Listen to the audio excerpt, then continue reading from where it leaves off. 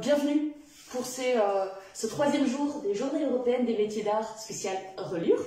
Et aujourd'hui, on va parler reconversion professionnelle pour vous montrer un peu que c'est possible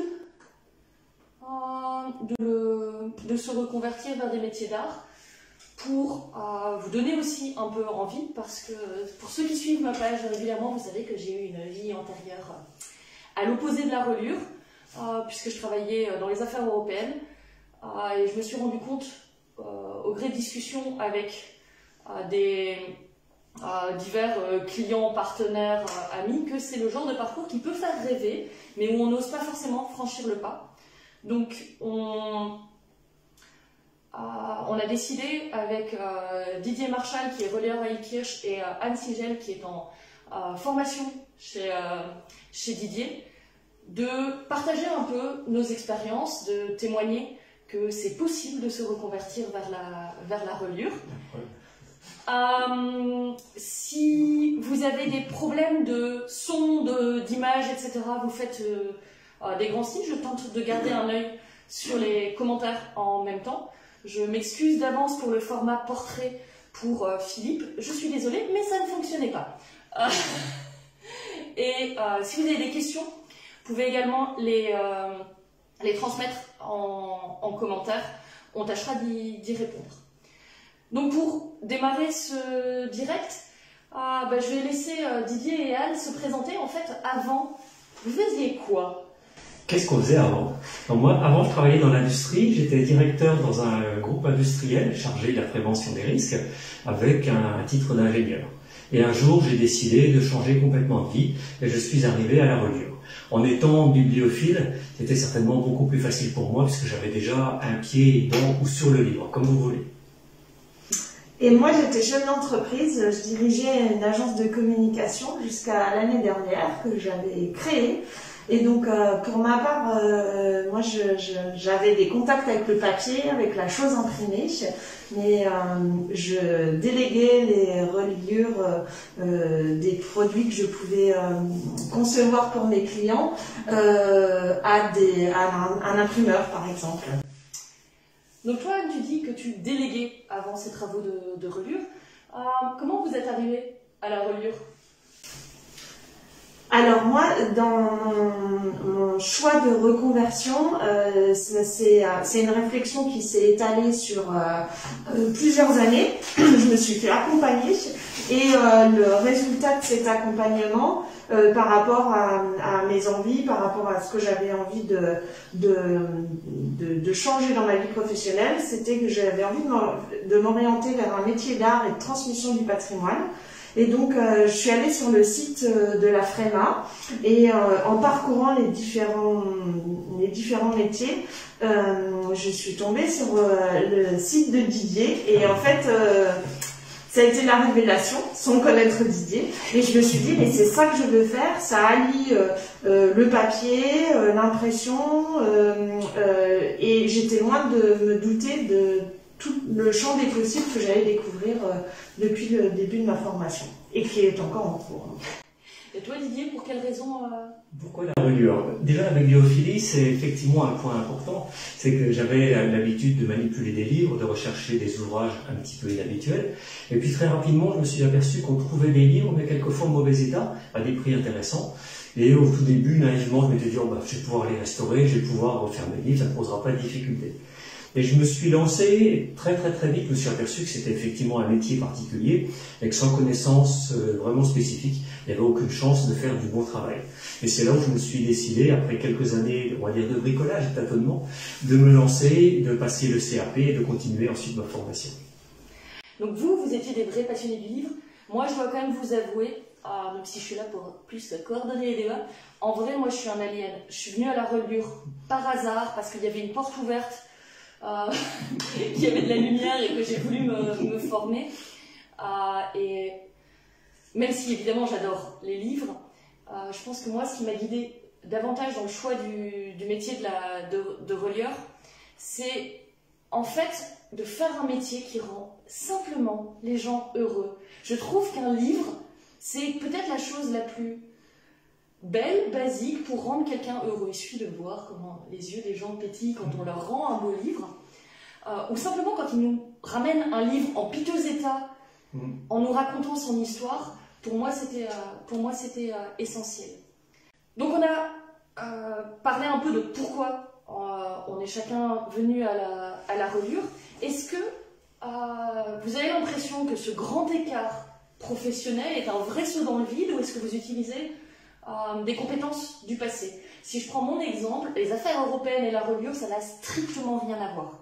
Et c'est vrai que dans les compétences métiers spécifiques, il y en a relativement peu, si ce n'est peut-être le fait qu'au Parlement européen, j'étais community manager et donc j'ai une petite aisance avec les réseaux sociaux. Ça se voit sur la qualité de ce live. Mais ça n'aide pas à relier des livres. Alors, plus particulièrement, les compétences du passé, il y a beaucoup de choses en termes de qualité, de respect du client, respect de la parole donnée, respect des délais, qui pour moi sont absolument fondamentaux. Et je pense que c'est issu de mon parcours professionnel avant, très certainement. Après, il y a des aspects techniques qui peuvent jouer aussi, mais c'est peut-être pas le plus fondamental. Pour moi, c'est la gestion d'une entreprise qui est quelque chose qui, je pense, va m'aider quand je vais m'installer, puisque moi, je suis encore en formation, j'ai pas encore lancé mon activité, il faut apprendre. Voilà, donc la gestion d'entreprise. Donc, quel est pour vous ce qui a été le plus difficile pour se former ? Je pense que le plus difficile, c'était de trouver un atelier où on pouvait aller avec des horaires pas forcément très flexibles pour moi, à cause de mon activité professionnelle, et arriver à prendre suffisamment de temps sur une période relativement courte pour avoir un apprentissage vraiment approfondi, on va dire ça comme ça. Donc ce qui supposait aussi de travailler à côté. Les quelques heures dans la semaine, les 2 heures dans la semaine dans l'atelier pour l'apprentissage étaient de loin très insuffisants, et il a fallu effectivement énormément de travail personnel à côté pour pouvoir progresser suffisamment et prétendre passer le CAP. Et pour moi, c'est prendre la patience et prendre son temps, respecter les étapes, attendre que ça sèche, etc. Moi qui avais une petite agence créative, c'était le slogan, voilà, la reliure m'apprend, et j'en ai vraiment envie et besoin, à prendre mon temps. Je partage entièrement ce que tu dis. Je vous avoue à tous que, en vrai, ça a énormément étonné mon entourage que je puisse faire un travail manuel et de patience. Donc, si vous aviez un conseil à donner à quelqu'un qui veut se reconvertir dans la reliure, quel est le principal conseil en un mot que vous donneriez? Alors, je pense que la patience est vraiment un élément fondamental. Patience et persévérance. Allez, 2 mots. Patience et persévérance. Allez-y. Je sais plus ce que j'avais dit en fait. On a préparé et j'ai oublié ce qu'on a préparé. Non, un conseil, trouver un bon formateur. N'hésitez pas à faire des recherches et à trouver des gens qui vous forment, parce que c'est important dans la transmission. Voilà. J'ai fait plus de mots, désolée. Et justement, on parle de trouver un formateur, etc. Pour en avoir discuté il n'y a pas très longtemps avec une cliente à qui mon parcours a donné des idées et qui va se lancer dans un CAP de bijouterie d'art. Donc, on ne tente pas nécessairement de vous inciter à devenir relieur, mais peut-être juste d'imaginer d'autres métiers. Et elle, la principale question qu'elle se posait, c'est en fait où obtenir des informations. Et les 2 principales sources d'informations qu'elle a obtenues pour savoir justement quoi faire comme type de métier, qu'est-ce qui existe, etc. C'est le Centre d'information et d'orientation, le CIO, qui n'est pas ouvert que aux jeunes, mais aussi aux adultes, et comme de plus en plus, on va avoir plusieurs vies professionnelles en une, qui peuvent aider à imaginer un futur projet professionnel. Et le deuxième, si on s'oriente vers l'artisanat, c'est évidemment la Chambre des métiers qui va pouvoir aussi aider à identifier les CFA compétents, éventuellement les formateurs et les financements compétents. En termes pratiques, si on parle justement de formation de relieurs, est-ce que vous pouvez en dire un peu plus Oui, bien sûr. Alors, il existe plusieurs filières. Pour les gens qui sont encore dans un parcours scolaire, il existe des lycées comme Tolbiac et Lisieux qui peuvent accueillir des jeunes en formation dans un cursus assez classique. Maintenant, pour les gens qui sont dans le domaine de la reconversion, c'est le sujet qui nous intéresse, le principal endroit où se former, c'est auprès d'un artisan. Alors que ce soit reliure ou d'autres, il existe des artisans qui accueillent volontiers des gens en formation, qui peuvent les accompagner et qui peuvent aider à ce cursus. Pour ces formations, la plupart du temps, si on parlera tout à l'heure un petit peu des financements, ça nécessite effectivement des recherches parce que tous les ateliers ne sont pas forcément accessibles pour faire de la formation continue. Alors, moi, en tant que chef d'entreprise, je cotisais à un fonds de formation pour les chefs d'entreprise. Et donc, ma formation est prise en charge en partie par ce fonds de formation. Il existe un cursus similaire, enfin un dispositif similaire pour les gens qui sont salariés sur votre compte formation, les comptes personnels de formation. Vous pouvez faire des recherches et accéder aux formations qui sont disponibles, mais comme le disait Didier, qui sont proposées par des artisans qui sont agréés, qui ont passé un agrément particulier. On va parler un petit peu de l'agrément, on va en dire deux mots.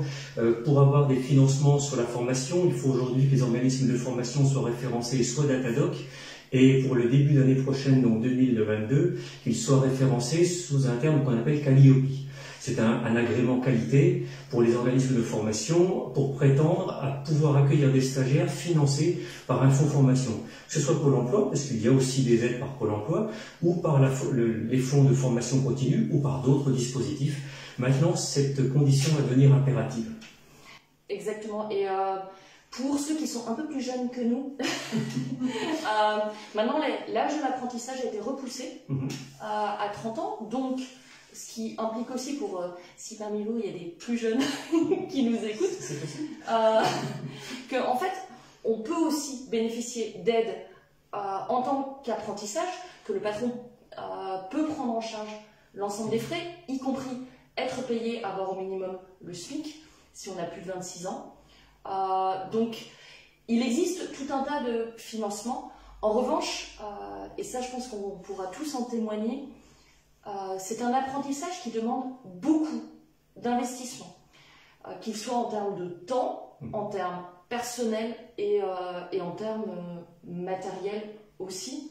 Alors toi qui es la plus récente, nous c'est des vieux souvenirs. Quand on était jeunes. C'est comme l'accouchement, on a tendance à oublier et on finit par dire « Oh c'était trop beau ».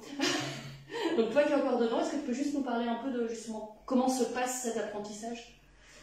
Alors très bien, je vous rassure, je vais très bien, j'ai commencé au mois de septembre. J'ai été agréablement surprise de la vitesse à laquelle on pouvait commencer à réaliser des choses au bout de 2 jours de formation, je crois, de 2 séquences de formation. Je suis revenue avec un carnet relié, donc je ne pensais pas que j'allais aller aussi vite, pas apprendre aussi vite, ça peut être un peu prétentieux, mais voilà. Mais on peut avoir rapidement la réalisation de son travail entre les mains, et ça c'est hyper satisfaisant. Et par rapport à ce que je faisais avant, c'est une satisfaction supplémentaire. En termes de matériel, alors j'ai été aussi très surprise de voir qu'on trouvait plein de choses sur un site très connu dont on ne citera pas, mais qui est orange et qui commence par le et qui finit par ouin. Voilà. Donc si on fait les bons critères de recherche, j'ai eu la chance d'acquérir pas mal de matériel et assez rapidement par ce biais-là. Juste, il y a Alexandre qui demande si des artisans formateurs existent en Alsace, Lorraine ou plus largement en Grand Est.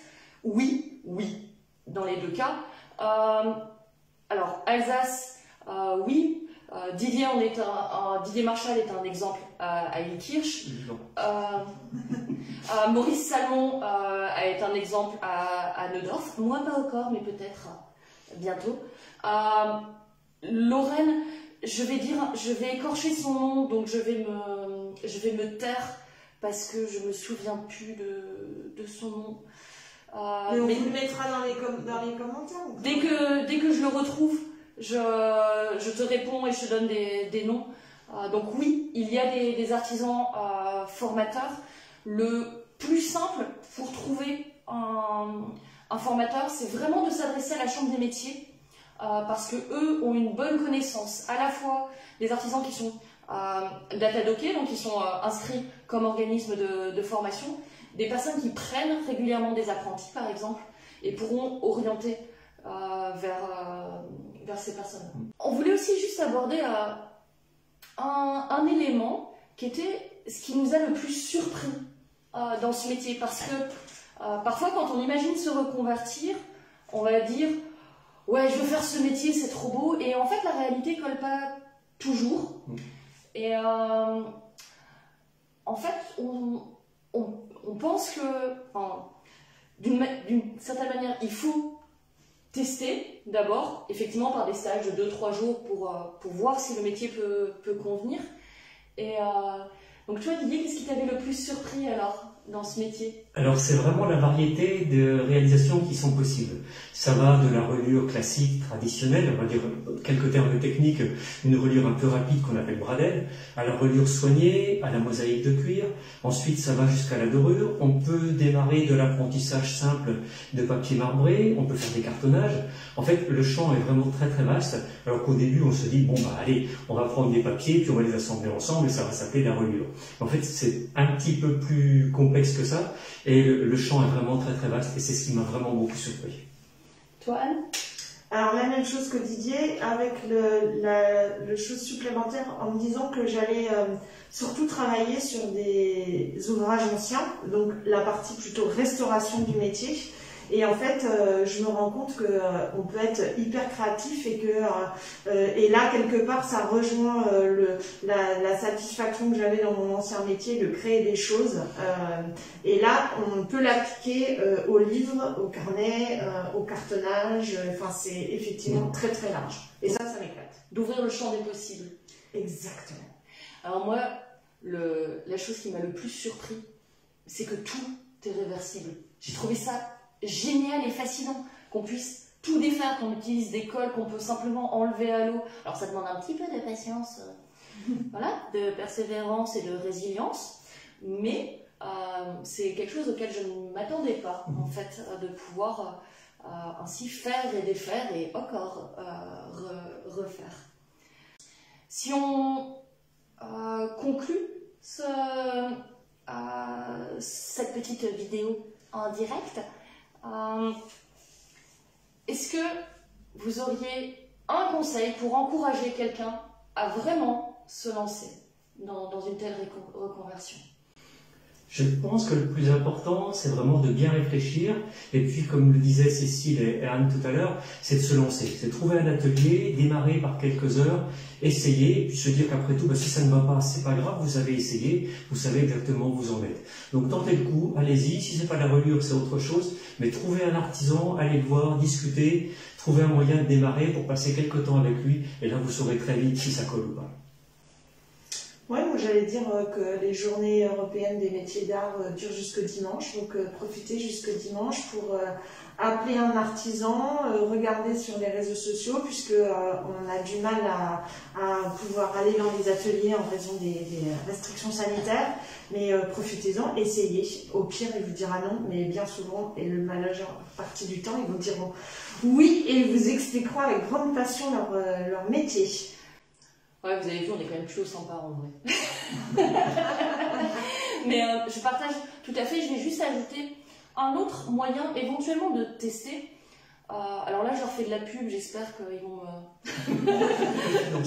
me financer en contrepartie. Mais il existe une plateforme qui s'appelle We Can Do. Et en fait, cette plateforme propose des ateliers chez des artisans. Donc vous pouvez faire un stage de découverte de la coutellerie d'art, par exemple chez mon voisin Michael Lorazo. Vous pouvez faire un stage de découverte de la reliure, évidemment. Vous pouvez également faire un stage de maroquinerie, de céramique. Et en fait, ça vous permet quand même de découvrir, de mettre un petit peu la main dans un atelier. Marie-Christine, tu as tout à fait raison. Faire le tour des ateliers, parler avec les artisans, je pense que c'est fondamental. C'est fondamental. Si je peux donner un dernier conseil aussi, c'est surtout en cette période un peu compliquée, on a tous tendance à peut-être remettre un peu en question nos vies professionnelles, pourquoi on se lève le matin. Et en fait, accepter de prendre le temps de justement créer son métier du futur. Oui, c'est un risque de lâcher son entreprise pour se reconvertir. Oui, c'est un risque de lâcher un poste de directeur pour devenir relieur. Moi, j'étais fonctionnaire européen, c'est pareil. Hein. Donc, c'est un risque. Mais si on ne le tente pas, on ne saura jamais si ça peut fonctionner.